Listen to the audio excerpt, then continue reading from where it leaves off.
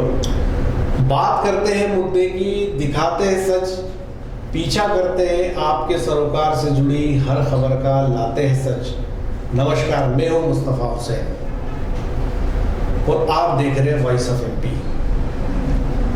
किसी शायर ने बड़ी कमाल की बात कही, मैं तो अकेला ही चला था जानिबे मंजिल, मैं तो अकेला ही चला था जानिबे मंजिल, लोग आते गए कारवां बनता गया। जी हाँ, ये दो लाइनें जिस शख्सियत पर फिट बैठती हैं वो है श्री बंशीलाल जी गुर्जर साहब। वे इस समय हमारे न्यूज़ रूम में मौजूद हैं। मंदसौर के कस्बे से 40 साल पहले उन्होंने राजनीतिक सफ़र शुरू किया और आज मालवा और मध्य प्रदेश में हज़ारों भारतीय जनता पार्टी कार्यकर्ता उनको चाहते हैं, उनके साथ काम करते हैं। वे हमारे साथ मौजूद हैं, उनसे उनके बारे में, संगठन और तमाम मामलों पे हम उनसे बात करेंगे। वे किसान नेता है, लंबे समय से किसानों के हक की आवाज़ उठाते रहे हैं। बंशीलाल जी साहब, आपका स्वागत है। धन्यवाद, नमस्कार। एक ख़ास बात मैं आपसे करूँगा सबसे पहले जी। आप मध्य प्रदेश में कद्दावर नेता है, किसान नेता है और पार्टी संगठन के बड़े ओहदों पे आप लगातार काम करते रहे। लेकिन एक विशेष बात यह है कि जब भी चुनाव आते हैं, हर चुनाव में चाहे विधानसभा हो चाहे लोकसभा हो, आपका नाम बेहद सरगर्मी से चलता है, लेकिन कभी आप चुनाव नहीं लड़ते। ऐसा क्यों है? ऐसा, ये जो बात मैं आपसे कह रहा हूँ, ये उन हज़ारों कार्यकर्ताओं के मन की बात है जो हम तक पहुँचाते रहे हैं। तो आज मौका मिला है, तो इसलिए सबसे पहला सवाल मैं आपसे कर रहा हूँ। देखिए, मैं भारतीय जनता पार्टी का कार्यकर्ता हूँ और जिस जिम्मेदारी पर मैं काम कर रहा हूँ, हमने तो सोचा नहीं था कि हम काम करते करते यहाँ पहुँच जाएंगे। ये बात सही है कि राजनीतिक दल में काम कर रहे हैं, तो राजनीतिक दल में काम करते हुए व्यक्ति के मन में महत्वाकांक्षाएं होती हैं और उन महत्वाकांक्षाओं को पूरा करने के लिए वो कोशिश भी करता है, काम भी करता है, अपना फील्ड बनाता है, जनता में अपनी पहचान बनाता है और उस पहचान के बूते पर आगे बढ़ता है। जब हमने काम करना प्रारंभ किया तो हमारे पीछे कोई विरासत नहीं थी। हमारे पिताजी की, दादाजी की जो विरासत थी वो केवल विचारधारा की विरासत थी कि वो भारतीय जनसंघ से जुड़े हुए थे।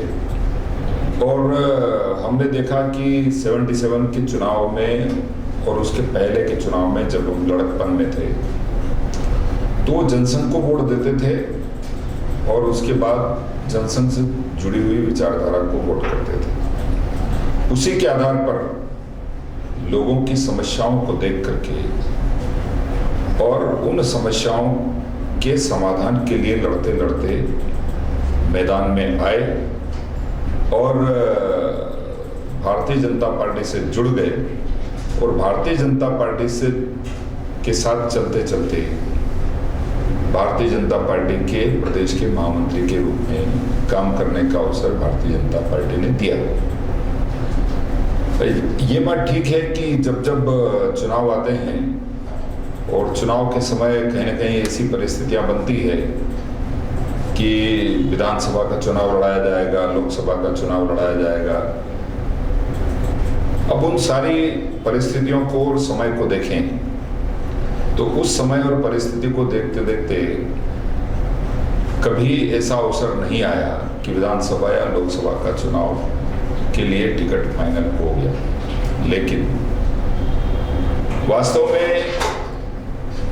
जो मेरा उद्देश्य था काम करने का, वो जन समस्याओं के निराकरण का उद्देश्य था और जन समस्याओं के निराकरण के लिए हम लड़ते रहे, काम करते रहे और काम करते हुए लगता भी है कि उन समस्याओं का और अधिकारपूर्वक जो निराकरण करेंगे तो एक जनप्रतिनिधि के रूप में ज़्यादा अधिकार से कर पाएंगे। वो अवसर मिलता तो ज़्यादा अधिकार से करते, ज़्यादा तेजी से करते, नहीं मिला तो संगठन के माध्यम से हम उस जन समस्याओं के समाधान के लिए लड़ रहे हैं और काम कर रहे हैं। अब जनप्रतिनिधि बनाने के लिए विधानसभा या लोकसभा के लिए पार्टी को निर्णय करना होता है। और मैंने कभी भी अपने बारे में मैंने नहीं सोचा कि मुझे क्या करना है, पार्टी ने हमेशा सोचा, और पार्टी ने जैसा सोचा और जो जिम्मेदारी दी उस जिम्मेदारी पर हम काम कर रहे हैं। बंशीलाल जी, एक खास बात यह है कि लंबे समय से आप उन समितियों कमेटियों के सदस्य रहे हैं जो अलग अलग स्तरों पर टिकटों का वितरण करती है, लेकिन देखने में ये आता है कि जो लोग ज़मीन पे काम करते हैं, लग कर काम करते हैं, जो हज़ारों कार्यकर्ताओं के चहेते होते हैं, कहीं ना कहीं फैसलों में कुछ कमी हो जाती है और ऐसे तमाम लोग उपेक्षित होते हैं। तो क्या नहीं लगता आपको कि इसमें ज़्यादा पारदर्शिता की आवश्यक ज़रूरत है ताकि उन लोगों को सही पटल पे लाया जा सके? देखिए, भारतीय जनता पार्टी की निर्णय की अपनी एक प्रक्रिया है और उस प्रक्रिया के आधार पर ही पार्टी निर्णय करती है। अब चूंकि आपने सवाल मुझे लेकर के किया है, इसलिए मैं अपने बारे में बात नहीं करूंगा, पर यह जरूर कहना चाहता हूं मैं कि कई बार हमको लगता है कि फील्ड में अमुक कार्यकर्ता है और उस कार्यकर्ता को ही आना चाहिए, पर निर्णय करते समय परिस्थितियां ऐसी बनती है कि उस कार्यकर्ता के लिए निर्णय नहीं हो पाता और दूसरे किसी कार्यकर्ता को लाना पड़ता है, उसको चुनाव लड़ाना पड़ता है, उसको जिताना पड़ता है और उसको सिस्टम में लेके आना पड़ता है। तो ऐसी परिस्थितियां पार्टियों के सामने, विशेषकर भारतीय जनता पार्टी के सामने बनती है और उस परिस्थिति के कारण अपने को जो नजर आता है उसके अलावा भी निर्णय हो जाते हैं और उन निर्णयों के कारण वो व्यक्ति आ जाता है। अब इसको सिस्टम की खामी कह लो या इसको राजनीतिक निर्णय कह लो, करना पड़ता है। बिल्कुल ठीक कहा आपने, और जो बात आपने कही है वो इशारों में काफ़ी गहरी और गंभीर बात बोली है कि परिस्थिति के चलते कई बार जो है कुछ निर्णय ऐसे हो जाया करते हैं। दूसरी एक ख़ास बात है कि इस समय कोरोना काल चल रहा है और मध्य प्रदेश चपेट में है, ख़ास तौर पे नीमच मंदसौर चपेट में है, और हम भी इस दौरान कंप्लीट रिपोर्टिंग में लगे हैं और जो चीज़ देख रहे हैं वो मैं आपके माध्यम से चाहूँगा कि आगे तक जाए। ये है कि एक अनप्लान्ड लॉकडाउन, जिस समय नीमच ग्रीन जोन में था तब ये बाज़ार बंद थे, सन्नाटा पसरा था। आज जब मरीजों की संख्या 350 है तो बाज़ार खुला है। तो ये देखने में आ रहा है कि सरकार बीजेपी की है, लेकिन पूरे व्यवस्थाओं को प्रशासनिक अधिकारियों के रहमो करम पे छोड़ दिया गया है।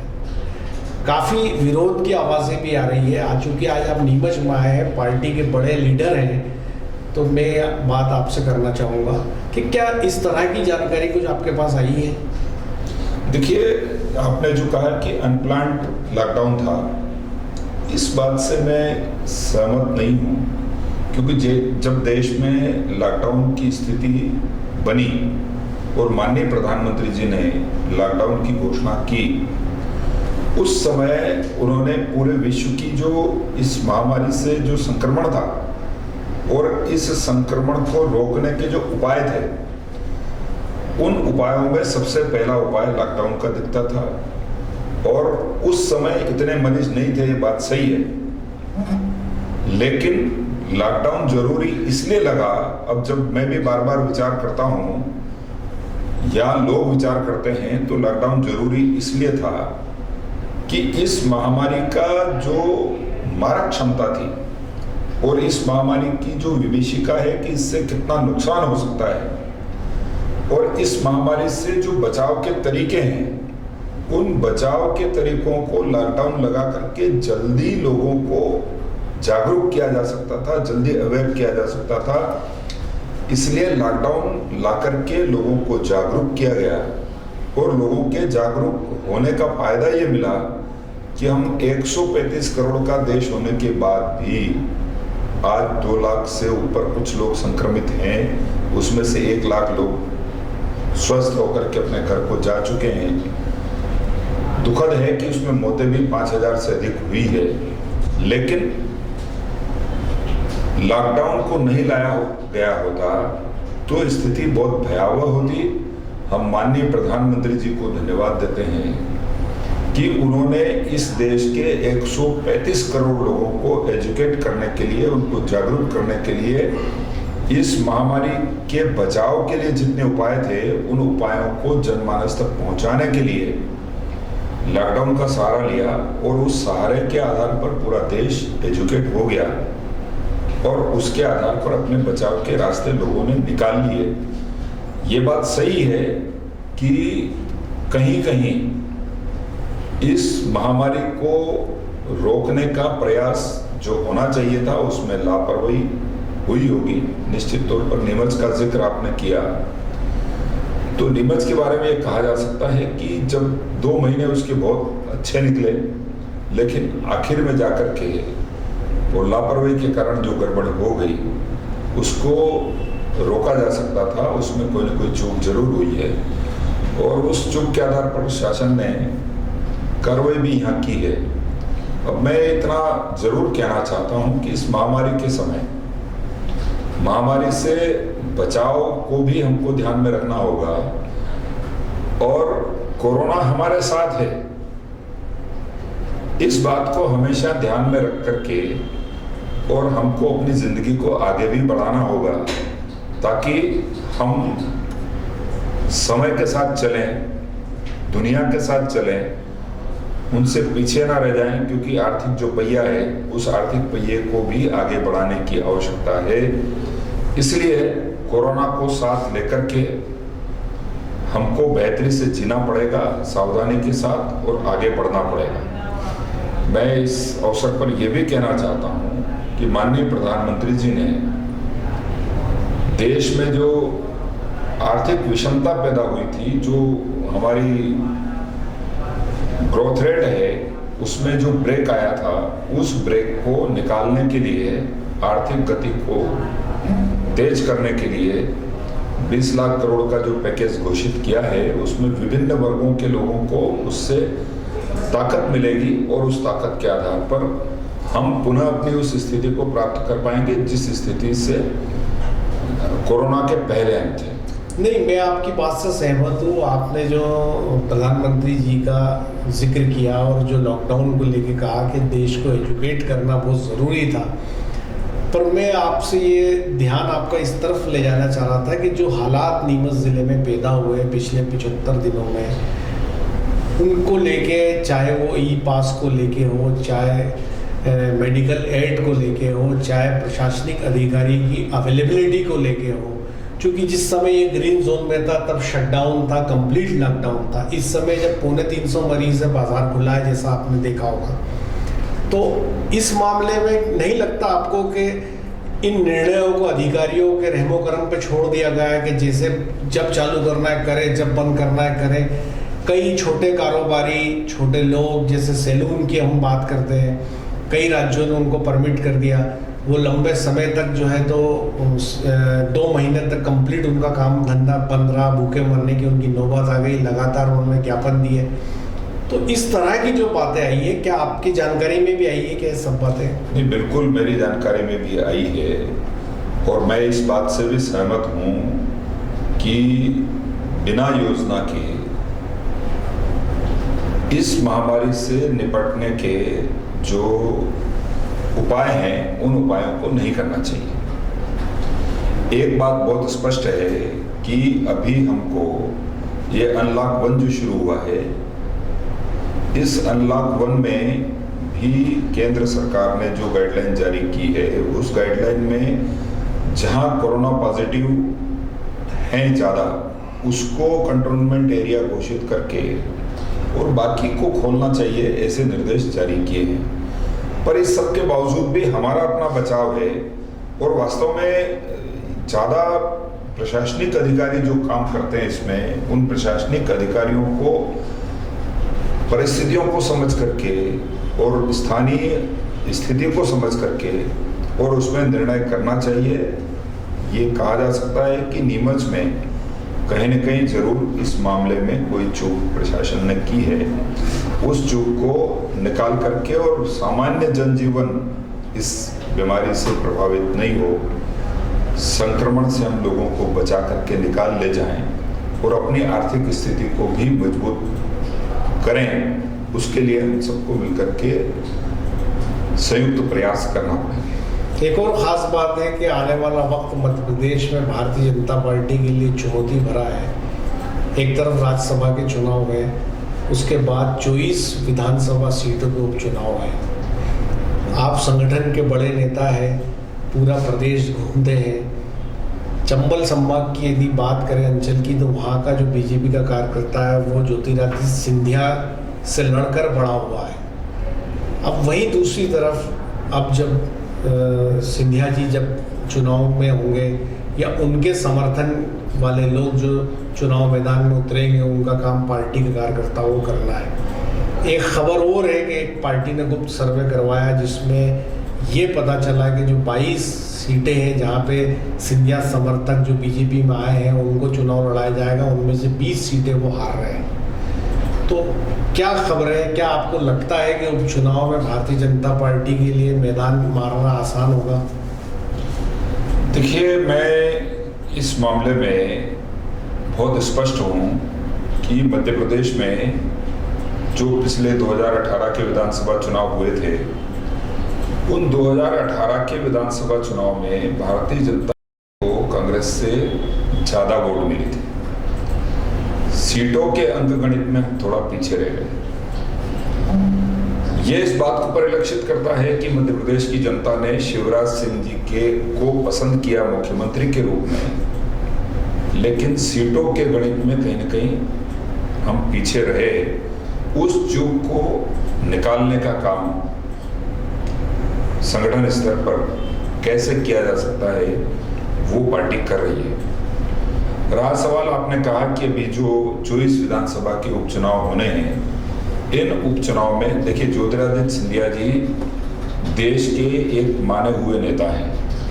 उन्होंने कांग्रेस से भारतीय जनता पार्टी में की विचारधारा को उन्होंने स्वीकार किया है और इस विचारधारा को स्वीकार करके उन्होंने अपने आप को भारतीय जनता पार्टी के एक नेता के रूप में, कार्यकर्ता के रूप में अपने आप को उन्होंने प्रस्तुत किया है।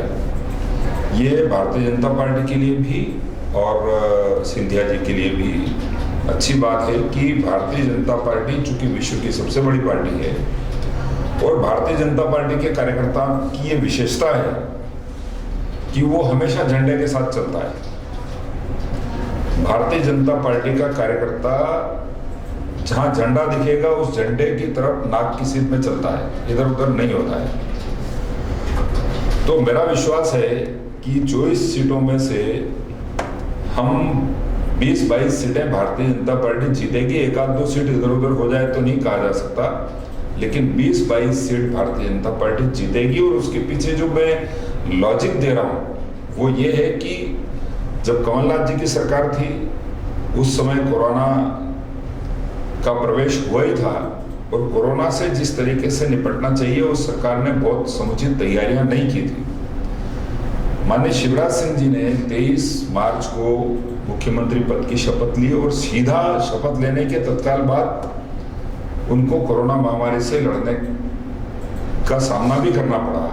उन्होंने जिस बेहतरी से मध्य प्रदेश के इस महामारी से मुकाबला किया है मध्य प्रदेश के लिए, वो वास्तव में अद्वितीय है। और उसके साथ ही जो मध्य प्रदेश की जनता है और मध्य प्रदेश की जनता के सुख दुख जो दुख हैं उन दुखों को दूर करने का काम जो शिवराज सिंह जी ने पिछले अपने कार्यकाल में किया था और वापस आने के बाद उन्होंने इस कार्यकाल में भी शुरू किया है। संबल योजना वो वापस उन्होंने लागू कर दी है। बात कहना तो अच्छी नहीं है, लेकिन फिर भी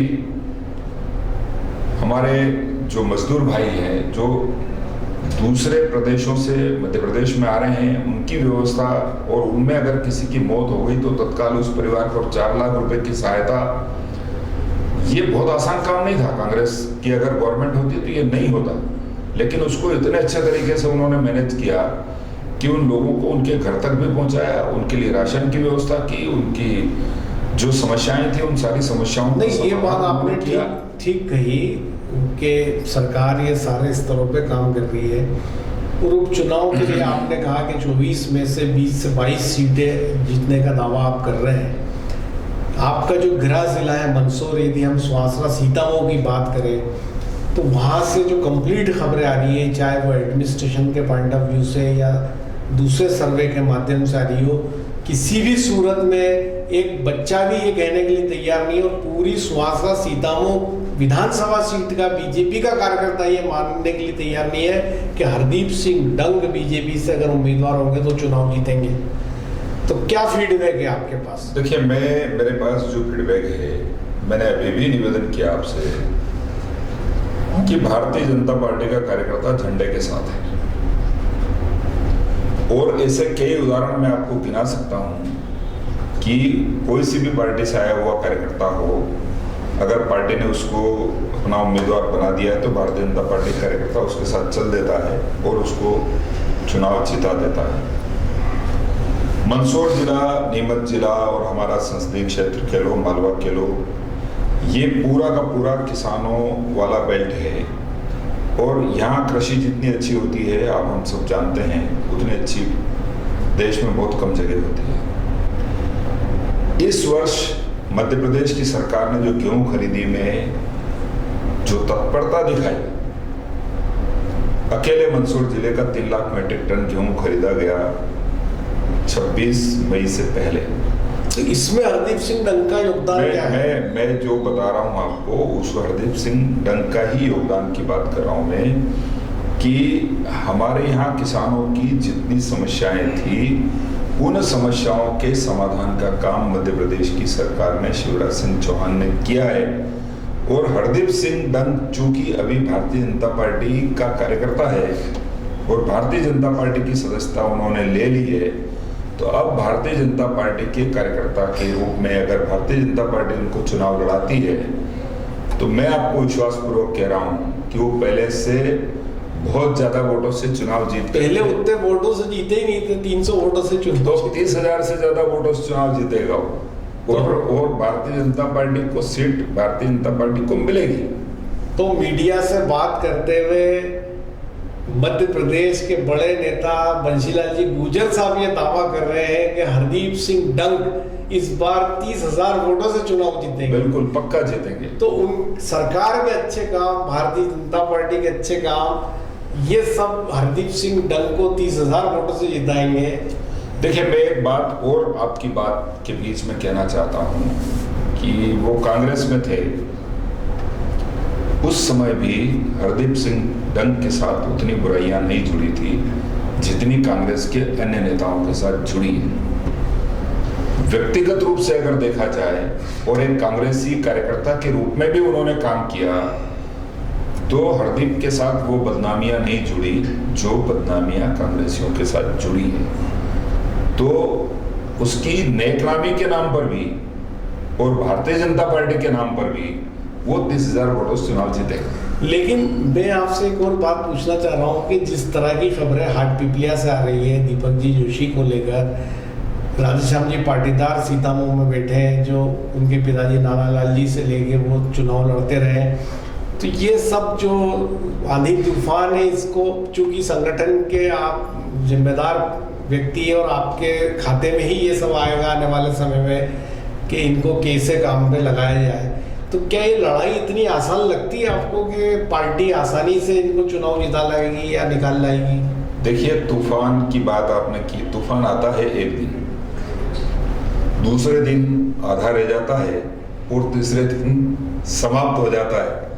तो छोटी मोटी भारतीय जनता पार्टी का परिवार बहुत बड़ा परिवार है और इस परिवार में इसकी जो विशेषता है वो विशेषता यही है कि अंततः उसका हर कार्यकर्ता पार्टी के निर्णय को मान्य कर लेता है और काम पे लग जाता है। ठीक है, आपने एक बात और कही कि 23 मार्च को शिवराज जी ने शपथ ली थी, उसके बाद कोरोना चुनौती उनके सामने थी, लेकिन एक सवाल जो मध्य प्रदेश में लगातार उठ रहा है वो ये है कि शिवराज जी के मंत्रिमंडल का गठन विस्तार जो है वो अभी तक नहीं हो पाया, 5 मंत्री कुल उन्होंने बनाए। तो कुल मिला के शिवराज जी स्वयं और संगठन इस पशुपेश में उलझा है कि किसको मंत्री बनाया जाए, किसको नहीं बनाया जाए। वहीं राज्यसभा के चुनाव सामने, वहीं उपचुनाव सामने। तो क्या नहीं लगता कि बीजेपी सरकार बना के खतरे में फंस गई? नहीं, ऐसा कोई खतरा नहीं है। अब परिस्थितियां ऐसी थी कि उनको 5 मंत्री से काम चलाना पड़ा, और वैसे मंत्रिमंडल का गठन मुख्यमंत्री जी के विशेषाधिकार में आता है, सलाह संगठन से भी होती है, और भारतीय जनता पार्टी के संगठन से मैं समझता हूं कि माननीय मुख्यमंत्री जी ने सलाह कर ली होगी, और यथाशीघ्र जो है मध्य प्रदेश को भरा पूरा मंत्रिमंडल मिलेगा, ऐसा विश्वास है। क्या आप कुछ संभावना बता सकते हैं कि कितने वक्त में, क्योंकि लोग रोज तारीख आती है मीडिया में कि कल होगा, 2 दिन बाद होगा, दिल्ली से खबर आ गई है, लिस्ट अप्रूव हो गई है, लेकिन ऐसा कहना ये केवल मुख्यमंत्री जी कह सकते हैं, मैं नहीं कह सकता। अच्छा, एक और ख़ास बात है, चूँकि आपकी शोहरत मध्य प्रदेश में किसान नेता की है, किसान के हकों के लिए आप लड़ते रहे हो, आपने सरकार के तमाम अच्छे काम गिनाए। अभी मैं आपसे एक बात कहना चाहूँगा कि अभी एक सरकार ने फैसला लिया है कि अब मंडियों का प्राइवेटाइजेशन होगा, ई मंडियाँ चालू होगी। तो आप खुद भी किसान हैं, किसान के साथ साथ आप किसानों के साथ ही काम करते हैं, तो क्या लगता है ये सरकार का फैसला सही हो है? ई मंडियाँ जो होगी या गांव-गांव में कोई भी अपना वेयर हाउस को मंडी में तब्दील कर देगा, तो लगता है आपको कि इससे किसानों को बेनिफिट होगा? देखिए, इसमें मैं ये कह सकता हूँ, मार्केटिंग, एग्रीकल्चर मार्केटिंग, कृषि उत्पादों की बिक्री, ये अपने आप में बहुत बड़ा सब्जेक्ट है। मैं आपसे रिक्वेस्ट करूंगा कि इस पर हम किसी दिन और डिटेल बात करेंगे, पर हाल फिलहाल तो मैं इतना कह सकता हूं कि माननीय प्रधानमंत्री जी ने राष्ट्रीय कृषि बाजार एक पोर्टल स्थापित किया था। उस राष्ट्रीय कृषि बाजार से देश भर की लगभग 1000 मंडियां जुड़ी हुई है। उसमें मध्य प्रदेश की भी 70-75 मंडी जुड़ी है। उस पोर्टल का काम यह है कि वो वर्ल्ड लेवल का जो एग्रीकल्चर प्रोड्यूस मार्केट है, उन सारे मार्केटों से जुड़ करके और वर्ल्ड में कौन सी चीज, कौन सी फसल के क्या दाम है और उसका क्रेता कौन है, इसकी जानकारी ये पोर्टल उपलब्ध कराता है। और इसके आधार पर किसान अपने कृषि उपजों को बेचने का काम करता है। तो इस पोर्टल का लाभ तो किसान को मिल ही रहा है। उसके साथ ही साथ एपीएमसी एक्ट में जो बदलाव किया है भारत सरकार ने और मध्य प्रदेश सरकार ने, तो इसके नियम अभी आना है, इसकी डिटेलिंग अभी आना है कि वो सरकार जो है इसमें क्या प्रावधान। सरकार चाहती ये है कि किसान को एकदम ओपन मार्केट मिले, ताकि उस ओपन मार्केट के माध्यम से किसान अपनी कृषि उपज की अधिक से अधिक कीमतें प्राप्त कर सके। अब इसके लिए वो उसको अधिक से अधिक कीमतें मिले, इसके लिए बाजार तो उन्होंने खोल दिया, लेकिन उसके सिस्टम क्या होंगे, उसके लिए मुझे लगता है थोड़ा इंतजार हमको करना पड़ेगा। भारत सरकार और मध्य प्रदेश सरकार इसके नियम बनाएगी और उन नियमों के आधार पर ही हम उस पर जा सकते हैं कि इसमें ज्यादा लाभ किसानों को कैसे मिलेगा। पर मेरा विश्वास है, चूंकि मैं खुद एक मार्केटिंग का कार्यकर्ता हूँ, तो मेरा विश्वास है कि इससे किसानों को लाभ मिलेगा। ठीक है, आपने कहा नियमों का इंतजार करते हैं क्या आते हैं, लेकिन प्राइमा फेसी जो इस समय बात आ रही है वो ये आ रही है कि ये किसान और व्यापारी दोनों के हित में फैसला नहीं रहेगा, मुश्किल आएगी। एक दूसरी बात मैं आपसे खास तौर पर करना चाहता था, वो ये है कि अफीम किसानों की लड़ाई आप पिछले कई सालों से लड़ते रहे हैं। इस समय जो हमारा अफीम उत्पादक इलाका है, यहाँ लगातार मांग उठती रही है कि जो मॉर्फिन के आधार पर जो पट्टे दिए जाते हैं वो ठीक नहीं है, क्योंकि किसान कैसे देखेगा कि उसकी ओपियम में कितनी मॉर्फिन है। तो वो एक तो ये चाहता है कि ये नियम बदलना चाहिए, और दूसरी खास बात ये है कि जो 4.00 पे जो पट्टे की बात कही जा रही है वो भी इतना ऊंचा है कि काफ़ी किसानों के पट्टे कटने का अंदेशा है। तो आपको क्या लगता है इस अफीम नीति के अंदर क्या ऐसा नहीं हो सकता, क्योंकि बीजेपी अफीम किसानों की सबसे बड़ी पैरोकार पार्टी मानी जाती रही है। जब दिल्ली के अंदर कांग्रेस सरकार में हुआ करती थी तब भारतीय जनता पार्टी के लोग सड़कों पे उनके रैलियां निकालते थे किसानों की। अब दिल्ली में बीजेपी की सरकार है, तो ये पॉलिसी जब बनाई जाती है तब अफीम उत्पादक इलाके के जो जनप्रतिनिधि हैं, जो अफीम किसान है या आप जैसे जो जिम्मेदार लोग हैं, उनको सरकार क्यों नहीं बुलाती, उनके साथ मशवरा क्यों नहीं करती? देखिए, इसमें मैं आपकी इस बात से सहमत हूँ कि जो अफीम के पट्टे देने की जो नीति है, जो पॉलिसी है, वो पॉलिसी ठोस मात्रा के आधार पर पहले से चली आई है। 70 डिग्री पर इतनी औसत होना चाहिए, उस औसत के आधार पर किसान को पट्टा देने का काम सरकार करती रही है।